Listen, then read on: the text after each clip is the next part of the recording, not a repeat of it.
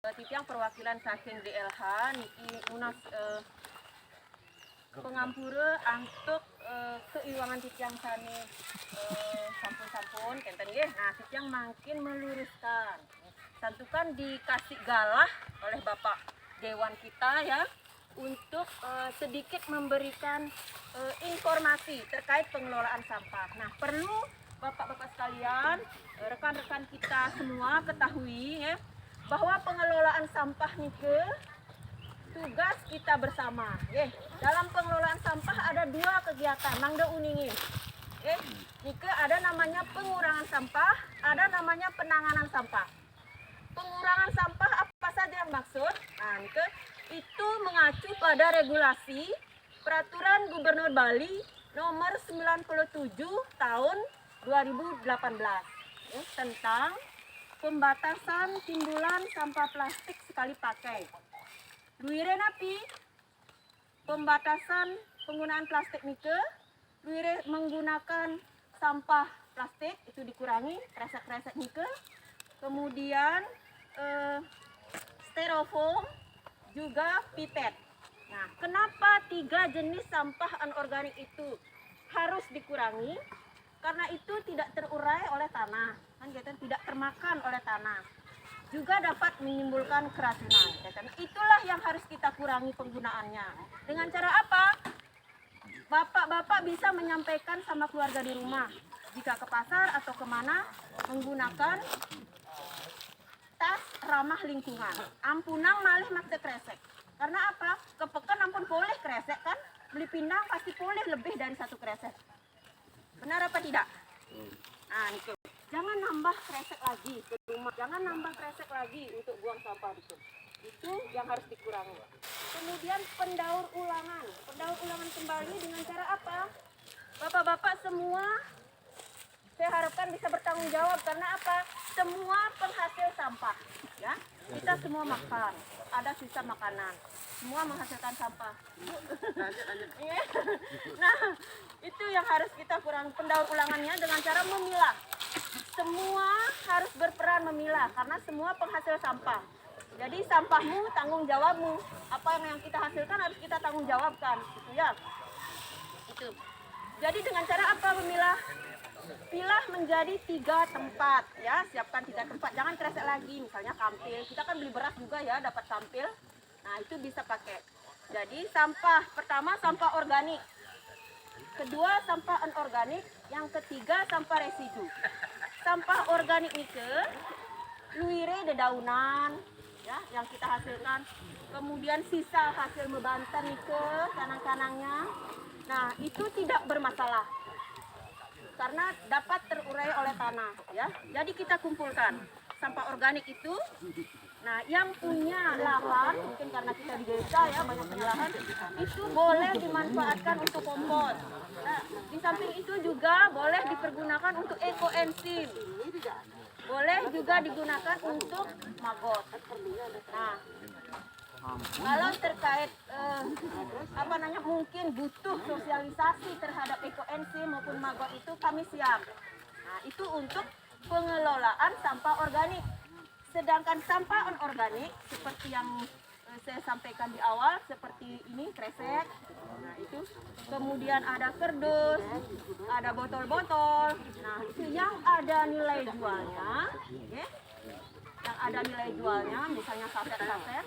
Nah, itu dirapikan, dikumpulkan di satu. Nah, kemudian bawa kemana setelah terkumpul? Sampah-sampah yang ada nilai jualnya itu dikumpulkan, dijual melalui bank sampah. Ya, di sini ada bank sampah terdekat yang memfasilitasi kita, yang menerima sampah kita, yang sudah terpilah tentunya yang bersih ya, botol dengan botol, kerdus dengan kerdus, seperti itu. Itu nanti yang kasih tahu bank sampah yang menerima hasil pilahan sampah anorganik Bapak Ibu Nike. Di samping itu tidak mesti dengan bank sampah saja, ada pemulung, kemudian ada pengepul plastik. Nah, itu bisa kita ajak, kita rangkul bersama-sama untuk mengambil sampah kita.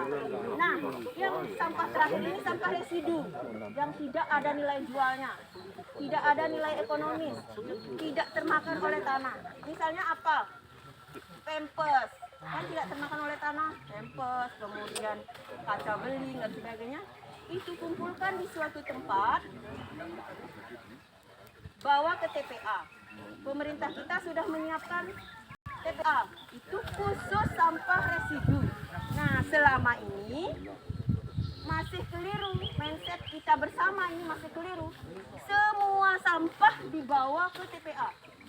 Itulah yang keliru, sekarang kita harus perbaiki. Karena apa? Karena tidak menambah panjang umur TPA, malah memperpendek umur TPA.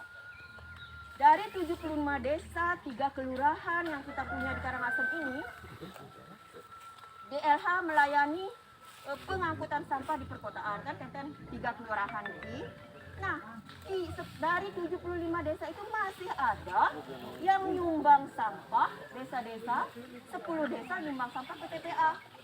Bisa dibayangkan tidak membludaknya sampah di TPA. Ya. Seluas apapun pemerintah menyediakan sarana, kalau kesadaran kita semua untuk mengelola sampah masih kurang, akan bermasalah juga. Nah, untuk mengurangi timbulan sampah yang masuk ke TPA, ini bersama-sama kelola sampah di sumber sesuai dengan Peraturan Gubernur Bali Nomor 47 Tahun 2019, yaitu pengelolaan sampah berbasis sumber. Nah, jadi semua bersinergi, berkolaborasi. Desa dinas, desa adat harus bersama-sama urus sampah sendiri di desanya masing-masing. Misalnya, desa adat punya lahan, berkuasa terhadap lahan. Jadi harus bersama-sama menyediakan lahan untuk masyarakatnya sebagai tempat pengelolaan sampah sementara. Nah, desa dinas yang punya anggaran, silahkan sisihkan anggarannya untuk pengelolaan sampah operasionalnya itu. Jadi bersinergi. Ya. Desa dinas membuatkan perdes terkait pengelolaan sampah. Desa adat juga begitu, membuatkan prarem terkait pengelolaan sampah itu. Saya yakin semua desa punya prarem, namun di dalamnya belum menyangkut pengelolaan sampah berbasis sumber. Nah, nanti contoh-contohnya bisa tiang kirimkan kalau memang dibutuhkan. Ya, seperti itu. Penanganannya seperti itu, pengelolaan sampah. Jadi semua harus bertanggung jawab. Jangan, sudah disediain sama DLH ini rumah komposnya, gampang aja, rumah saya dekat langsung buang. Nah, setelah menumpuk seperti ini, estetikanya not good, kurang bagus, kurang elok. Mata kita rusak, hilang kesehatannya ya. Di samping estetika juga mengganggu kesehatan. Nah, inilah yang harus kita rubah. Kita rubah bersama. Tidak cukup dengan saya dari DLH untuk ngangkut-ngangkut saja, tidak. Ya, jadi semua harus berperan. Karena apa? Ke depan pemerintah tidak akan lagi menaruh tong-tong sampah di jalanan karena akan merusak pemandangan, begitu. Jadi harus bisa kelola sendiri. Mungkin nih ke Manten, poinnya yang dapat kami sampaikan, semoga saja kita semua ke depan mampu untuk melakukan pemilahan secara mandiri, utamanya dari skop yang terendah, itu dari rumah kita sendiri dulu. Demikian Pak Budi, semua tegala nunas ampura, ini wenten kata-kata saya yang kurang berkenan, matur suksema. Yang penting aja Bapak.